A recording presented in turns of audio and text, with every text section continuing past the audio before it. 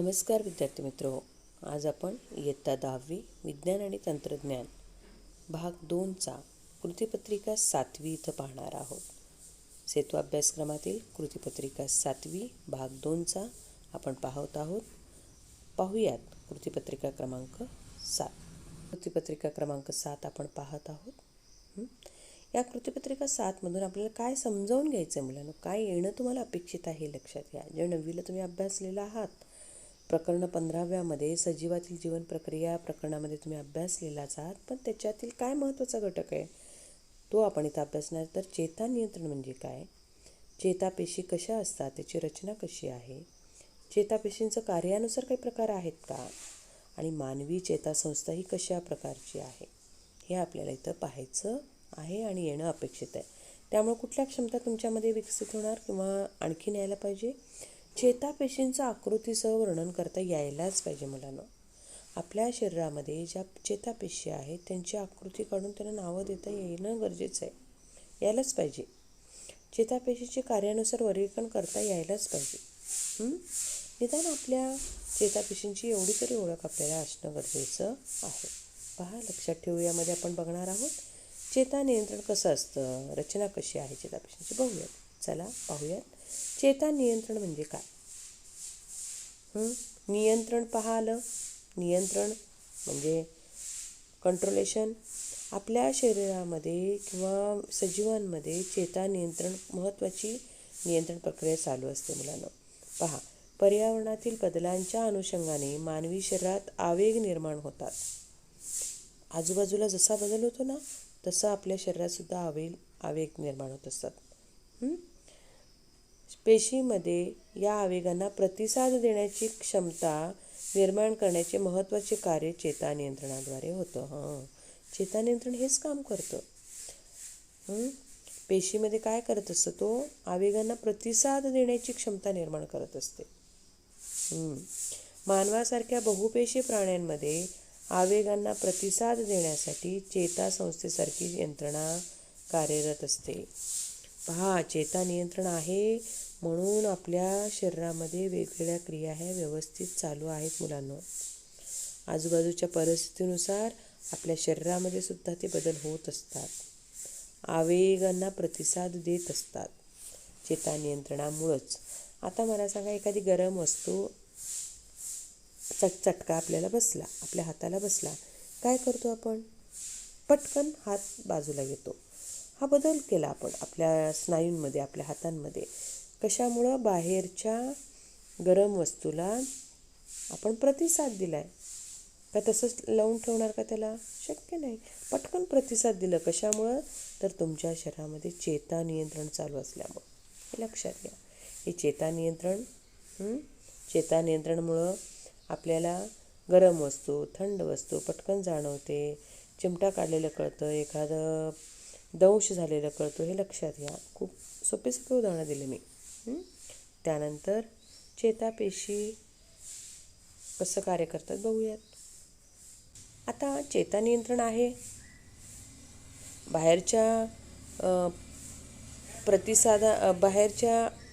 वस्तूंना आपण प्रतिसाद देतो, आवेगांना प्रतिसाद देतो, हे लक्षात आलं. हे कशामुळे शक्य हो, तेही विचारणं गरजेचं आहे. हे सगळं आपल्या शरीरामध्ये का शक्य आहे, आपल्या शरीराचं विशेष करून बोलूयात. हे सगळं का शक्य आहे, तर आपल्या शरीरामध्ये एक प्रकारचं रक्तवाहिन्यांचं जसं जाळं असतं तसं चेतापेशींचं जाळं असतं. एकालेक अशा चेतापेशी जोडले, जसं वायर कनेक्शन असतं. पूर्ण आपल्या बॉडीमध्ये वायर कनेक्शन आहे असं समजा. आणि ती वायर ही एक सलग लांबलचक वायर नाही आहे, तर छोटे तिथं तुकडे आहेत. आणि ते तुकडे म्हणजेच आमचे चेतापेशी. एक चेतापेशी, दुसरी चेतापेशी, तिसरी चेतापेशी, चौथी चेतापेशी, असे एकमेकांना जोडत पूर्ण शरीरभर हे पसरलेलं आहे. एकमेकांना चेतापेशी जोडले. तर आकृती काढली आहे पहा. छोटे चेतापेशी असतात. त्या चेतापेशी एकमेकांना असे जोडून लांबपर्यंत आपल्या पायाच्या बोटापर्यंत ते पोचलेलं आहे. आलं लक्षात. अशा पद्धतीनं ही चेतापेशी. आता हे बाहेर आवेगांना प्रतिसाद का देऊ शकलो? गरम वस्तूला आपण पटकन रिस्पॉन्स का दिला? पटकन आपण प्रतिक्रिया का केली? तर आमच्या शरीरामध्ये काय आहेत मुलांनो? चेतापेशी आहेत. त्वचेपर्यंत येऊन पोचलेले आहेत. त्यामुळं ते त्वचेपर्यंत आलेलं मेंदूपर्यंत जातं. कसं काय जातं? तर चेतापेशींमुळे जातं. गरम वस्तू आहे बाबा, मेंदू सांगतो की हात बाजूला घे, पटकन तुम्ही ती क्रिया करता, हो का नाही? मग ह्या कशामुळे शक्य झालं आहे? हाताला जाणवलेली वस्तू ही मेंदूपर्यंतची बातमी कोण घेऊन गेलं? तर चेतापेशीमार्फत. सोप्या भाषेत मी सांगायचा प्रयत्न करते. तर अशा पद्धतीनं चेतापेशींचं जाळं आपल्या शरीरामध्ये आहे. एकमेकांना कनेक्शन आहेत, हे लक्षात घ्या. मग या चेतापेशी दिसायला कशी आहेत बाबा ते तर बघूयात एकदाचं. एवढं महत्त्वाची भूमिका चेतापेशी करतात, मग त्यांना अभ्यास नको करायला पाहिजे. पहा चेतापेशी दिसायला कशी आहेत. पहा आकृती, पहा इथं दिसतीये. पहा कसं दिसते, लांब लचक. आणि सगळ्यात अजूनही थोडक्यात माहिती नववीला तेही बघितल्यात. सगळ्यात मोठी पेशी म्हणजे साईज जर बघितलं, पेशींचा आकार खूप सूक्ष्म असतो. आपलं शरीर पेशीने बनलेलं आहे. आपल्या शरीरामध्ये अशा प्रकारच्या पेशी आहेत ज्याची लांबी जी आहे ती 1 सेंटीमीटर एवढी असते. 1 सेंटीमीटर पट्टीवरचं 1 सेंटीमीटर कळते का? 0 ते 1 पर्यंत साधारणतः एवढ्या लांबीचीच असतात चेतापेशी. इथे दिलेले पहा, याची लांबी किती आहे? साधारणतः 1 सेंटीमीटर असं समजा. मग त्या 1 सेंटीमीटरमध्ये एवढे सगळे तुम्हाला पार्ट दिसतील. पहा, सुरुवातीचा पार्ट आहे, डोक्याकडून जाऊयात आपण. इथं पहा वृक्षिका असतात, फांद्यासारखं दिसतं. वृक्षिका आहेत आणि मध्यभागी वृक्षिकेच्या तिथं केंद्रक असतो आणि आतमध्ये पेशी काय असतो. पहा, वृक्षिका फांद्यांसारखं दिसतं, मध्यभागी केंद्रक आणि केंद्रकाच्या बाजूला जो द्रव भरले असतो त्याला म्हणायचं पेशिका. हा सुरुवातीचा भाग झाला. त्याच्यानंतर शेपटीसारखा असे भाग निघालेत. पहा इथं दाखवलं निळं करून. एकमेकांना जोडलेले दिसतात का ना, वेणीसारखे. ते आहेत अक्षतंतू. काय आहे? अक्षतंतू म्हणतात त्याला. अक्षतंतू एकमेकांना जोडलेले आहेत. कशामुळं? ते संकोचन बिंदू आहे. पहा, एक संकोच बिंदू म्हणजे असा तंतू पूर्ण असा अखंड आहे का? हो नाही. तर इथं संकोच झाल्यासारखं या दोन्ही पॉईंटला, म्हणजे आत गेल्यासारखे आहेत ना. पुन्हा असं हे संकोच बिंदू. कुठला संकोच म्हणायचं त्याला? रॅनवियरचा संकोच म्हणतात त्याला. कुठला संकोच म्हणायचं? रॅनवियरचा संकोच. त्याच्या बाजूला मज्जावरण असतं. त्याच्या बाजूला काय असतं? मज्जावरण. अक्षतंतू, लांबट भाग, शेपटीसारखा भाग, तिथं संकोच बिंदू असतात. शेवटचा भाग पहा, पुन्हा फांद्यासारखं दिसतंय. अक्षतंतूचं अग्रभाग आपण तिथं म्हणूयात. तर अशा पद्धतीने मुलांनो चेतापेशी हीची रचना आपल्याला अशी पाहायला मिळेल. पाहूयात तिथंच आणखी डिटेलमध्ये काय दिलं. आता आकृती पाहिली, आता डिटेलमध्ये बघू. चेतापेशीला न्यूरॉन म्हणतो आपण इंग्लिशमध्ये. आपल्या परिणामात सर्व माहिती आत्ता सांगितल्याप्रमाणे बाहेरची माहिती आपल्या शरीराच्या मेंदूपर्यंत पोहोचवण्याचं काम करणारा हा चेतापेशी. याचं कसं काम होतं पहा. चेतापेशीतील वृक्षिकेच्या वैशिष्ट्यपूर्ण टोकाद्वारे ग्रहण केली जाते. बाहेरची माहिती वृक्षिकांमार्फत इथं येतं. तिथेच रासायनिक प्रक्रिया सुरू होऊन विद्युत आवेग निर्माण होतात. वृक्षिकेकडून बातमी येते आणि विद्युत आवेग, रासायनिक क्रिया होते इथं आणि विद्युत आवेग निर्मिती होते. त्यांचं वहन वृक्षिकेकडून पेशिकायकडे जातं. म्हणजे पेशिकायकडे गेलं, पेशिकायकडून अक्षतंतूकडं आलं, ॲक्झॉन ज्याला म्हणलं जातं. आणि अक्षतंतूकडून कुठं जातं? या टोकाकडे जातं, अक्षतंतूच्या टोकाकडं. हे आवेग एका चेतापेशीकडून, आता पहा ही एक चेतापेशी झाली ना, दुसरी चेतापेशी पुन्हा इथं जोडलेली असते. पुन्हा इथं वृक्षिका, पुन्हा पेशिकाय, असे एकमेकांना. एक चेतापेशी इथं आहे समजा, दुसरी चेतापेशी इथं. ह्याचे शेवटचा भाग, अक्षतंतूचा शेवटचा भाग ह्याच्या वृक्षिकेला जोडलेला असेल. असे एकानंतर एक असतं. ठीक आहे. तर पेशिकाकडून अक्षतंतूकडे गेला, अक्षतंतूकडून त्याच्या टोकाकडे गेलं. हे आवेग एका चेतापेशीकडून कुठं जाईल? दुसऱ्या चेतापेशीकडे. यासाठी पहिल्या अक्षतंतूच्या शेवटच्या टोकाशी पोहोचलेला विद्युत आवेग चेतापेशीला काही रसायन स्त्रवण्यास उद्युक्त करते. इथं आलेली बातमी दुसऱ्या चेतापेशीला पोहोचवण्यासाठी, इथंच आहे ना त्याची दुसरी चेतापेशी, इथं चेतापेशीला पोहोचवण्यासाठी एक विशिष्ट प्रकारचं काय तयार होतं? रसायन स्त्रवण्यास इथं उद्युक्त करतं.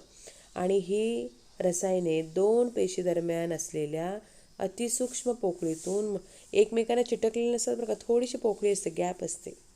पोकळीतून म्हणजे संपर्कस्थान, या पोकळीलाच काय म्हणतात? संपर्कस्थान. मी तर लिहित नाही, आता हेच दाखवते.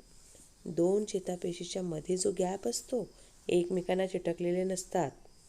तुम्ही म्हणाल मॅडम वृक्षिका जाऊन दुसऱ्यांच्या त्या अग्रभागाला जोडलेलं असतं का? नाही, तर थोडासा गॅप असतो. त्याला सिनॉप्सिस म्हणतात इंग्लिशमध्ये, सिनॉप्सिस. आणि मराठीमध्ये काय म्हणायचं? संपर्कस्थान. आणि या संपर्कस्थानामध्येच एक विशिष्ट प्रकारचं रसायन स्त्रवलं जातं.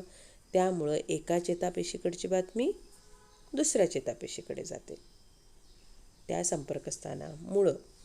ठीक आहे, पुढे पहा.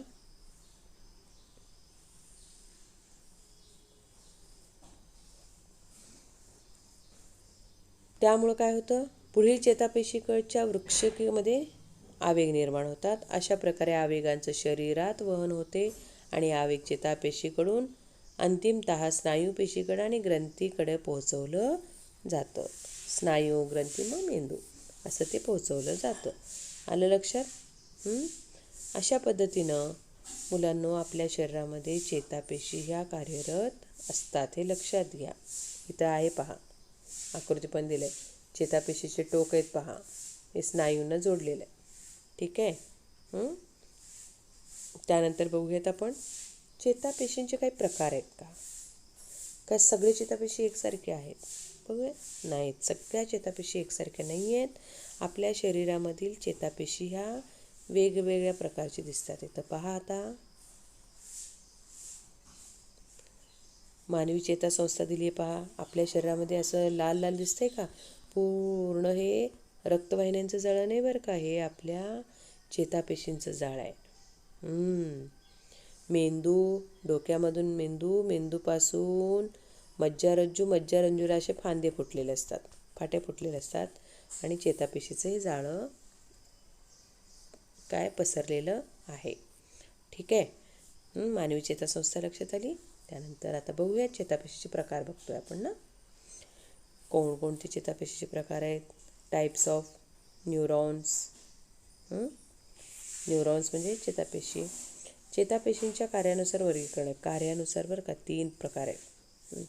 संवेदी चेतापेशी, प्रेरक चेतापेशी, संवेदीला काय म्हणतात? सेन्सरी न्यूरॉन्स, प्रेरक चेतापेशीला मोटर न्यूरॉन्स, आणि सहयोगी चेतापेशी असोसिएशन न्यूरॉन्स. संवेदी, नाव पहा, संवेदी. संवेदी म्हणजे काय? आपण म्हणत नाही का संवेदनशील माणूस आहे, खूप संवेदना आहेत त्याला, लगेच दुसऱ्यांचं दुःख कळतं, असं म्हणतो ना. दुसऱ्यांच्या दुःखात त्याला डोळ्यात पाणी येतं. संवेदना, संवेदी. आपल्या शरीरामध्ये पण असे संवेदी चेतापेशी आहेत. पटकन ते काय करतात? संवेदना ग्रहण करतात. प्रेरक चेतापेशी पण आहेत, प्रेरणा देतात ते, प्रेरणा. सहयोगी चेतापेशी पण आहेत, जे मदत करतात. सहयोगी म्हणजे मदत. संवेदना निर्माण करणारे आहेत, काही प्रेरणा देणारे आहेत, आणि काही मदत करणारे चेतापेशी पण आहेत. ओके, आलं लक्षात? त्याचं डिटेलमध्ये पुन्हा 9वीमध्ये आहे, फक्त आता इथपर्यंत तरी लक्षात घ्या. ते वाचू शकता तुम्ही 9वीच्या पाठ्यपुस्तकातून पहा. संवेदी चेतापेशी मी थोडक्यात सांगितलं. संवेदना निर्माण करतात. प्रेरक चेतापेशी प्रेरणा तयार करतात, म्हणजे उद्युक्त करतात, आणि सहयोगी त्याला मदत करतात. लक्षात?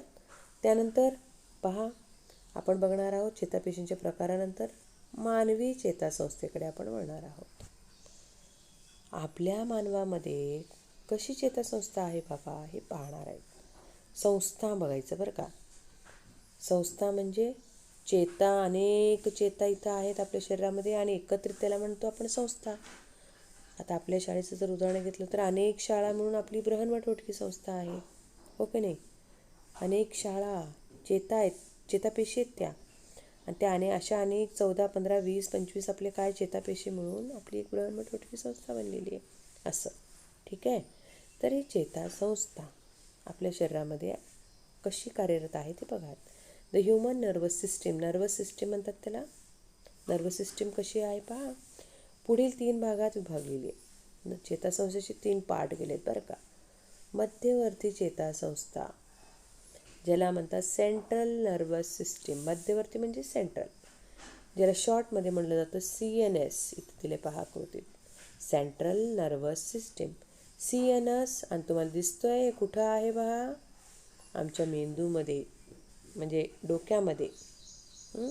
आणि त्याच्यापासून एक लांब निघालेला धागा हा CNS मध्ये येतो. ठीक आहे. त्यानंतर परिघीय चेतासंस्था, पेरिफेरल नर्वस सिस्टम, ज्याला PNS म्हणतात. PNS दिसतोय का, हा पूर्ण शरीरभर पसरलेला असतो बरं का. परिघीय, परिघीय म्हणजे परिघ, वर्तुळाचा परिघ हा बाहेर नाही असतो ना, तसं आमच्या शरीरभर पसरलेल्या चेतासंस्थेला म्हणायचं परिघीय. आणि स्वायत्त चेतासंस्था, ॲटोनॉमिक नर्वस सिस्टीम. ही ॲटोनॉमिक नर्वस सिस्टीम तिथं मदतीला असते. मग मला सांगा, आमच्या शरीरामध्ये 3 प्रकारच्या चेतासंस्था, डोकं आणि एक शेपटीसारखा पाठीच्या मणक्यातून गेलेला मिळून CNS तयार होतो, मध्यवर्ती चेतासंस्था तयार होते, आणि पूर्ण शरीरभर जे पसरलेलं आहे चेतासंस्था त्याला म्हणायचं PNS म्हणजे परिघीय चेतासंस्था. पहा मुलांनो, थोडक्यात मी आकृती काढून दाखवण्याचा प्रयत्न करते. तर पहा, आमचा मेंदूपासून असे एक शेपटीसारखा भाग गेलेला असतो पाठीच्या मणक्याकडे. हा तुमचा CNS झाला, हा आणि हा मिळून CNS झाला, हो की नाही? ज्याला आपण मज्जारज्जू म्हणतो. मेंदू आणि हा मज्जारज्जू शेपटीसारखा पाठीच्या मणक्यातून आपल्या माकड हाडापर्यंत गेलेला. ठीक आहे. मज्जारज्जू झालं, मेंदू झालं. या मज्जारज्जूला असे फाटे फुटलेले असतात, असे फाटे फुटलेले असतात, आणि हे शरीरभर हेच पसरलेलं असतं. याला पुन्हा उपशाखा फुटलेल्या असतात आणि पूर्ण शरीरभर पोहोचलेलं असतं, आणि त्यालाच म्हणतो आपण परिघीय. आलं लक्षात? CNS आणि PNS एकमेकांना जोडूनच आहेत, पण मेन पार्टला CNS म्हणतो, त्याला पुन्हा जे फाटे फुटले त्याला आपण PNS म्हणतो, परिघीय चेतासंस्था म्हणतो. हे लक्षात घ्या. आलं लक्षात? क्लिअर झालं? तर पुढे जाऊयात. लक्षात आलं मानवी चेतासंस्था कशी आहे? तर त्याच्यावरचे काही प्रश्न दिलेत पहा, सराव करू यामध्ये. पहा, पुढील संकल्पना चित्र पूर्ण करा. मानवी चेतासंस्था 3 भाग दिलेत बघा. सांगा काय येणार? काय येणार नाव? मानवी चेतासंस्था किती प्रकारात मोडते? 3 भागामध्ये मोडते ना. मध्यवर्ती चेतासंस्था किंवा सेंट्रल नर्वस सिस्टीम. तुम्ही व्यवस्थित लिहा, मला इथं अक्षरं हे होतात. दुसरं काय? परिघीय, तुम्ही पूर्ण लिहायचं बरं का. चेतासंस्था, आणि इथं काय? स्वायत्त चेतासंस्था. बस. याला CNS म्हणता तुम्ही, याला PNS म्हणता, आणि हा ॲटोनॉमस आहे. इथं काय नाव दिलं नाही. इंग्लिश मिडियम आणि मराठी मिडियम दोन्हीचे विद्यार्थी हे पाहू शकतात, त्याप्रमाणे लिहू शकता. Central nervous system, peripheral nervous system, autonomous nervous system. Okay. त्यानंतर दुसरा प्रश्न बघा. खालील आकृतीचं नामनिर्देशन करायचं. दुसरा प्रश्न आहे पहा. आकृती कशाची आहे? चेतापेशीची आहे. नावं द्या. याला काय म्हणतो आपण? केंद्रक. आठवते का? पहा, हा आमचा पेशिकाय. पेशिकाय अक्षर आमची इथं तुम्ही तसं काढायचं आणि तुम्ही चांगलं काढायचे. ही वृक्षिका. इंग्लिश मिडियमचे विद्यार्थी इंग्लिशमधून नावं द्यायचे आहेत.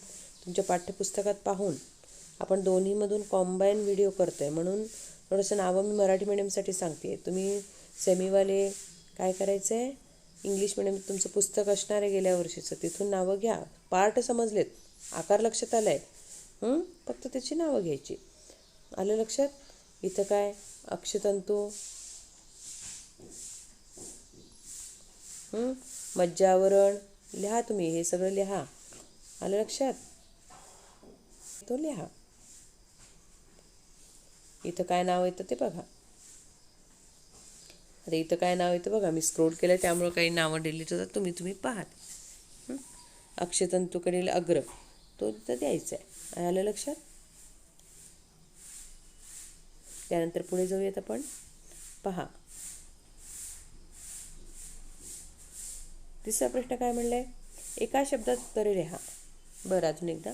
ती आकृती जी आहे ना, ती आकृती त्याला व्यवस्थित नावं द्यायची आहेत, शिकवलेलंच आहे. तर तिसरा प्रश्न पहा, एका शब्दात उत्तरे लिहा. शरीरात एका ठिकाणाहून दुसऱ्या ठिकाणी संदेश वहनाचे कार्य करणाऱ्या विशेष प्रकारच्या पेशी कुठल्या येतील? संवेदी पेशी. संवेदी चेतापेशी म्हणून लिहा. मानवी शरीरातील सर्वात लांब पेशी कुठल्या आहेत? चेतापेशी. 1 सेंटीमीटर लांब असलेलं, बाकी सगळे पेशी लहान आहेत आपल्या शरीरातील, तर चेतापेशीच आकाराने मोठ्या आहेत, लांबीने मोठ्या आहेत. चेतापेशींना आधार देणाऱ्या व त्यांच्या कार्यात मदत करणाऱ्या पेशींना काय म्हणतात? आधार देणारे काय म्हणतात? सिनॉप्सिस इंग्लिशमध्ये म्हणलं संपर्कस्थान.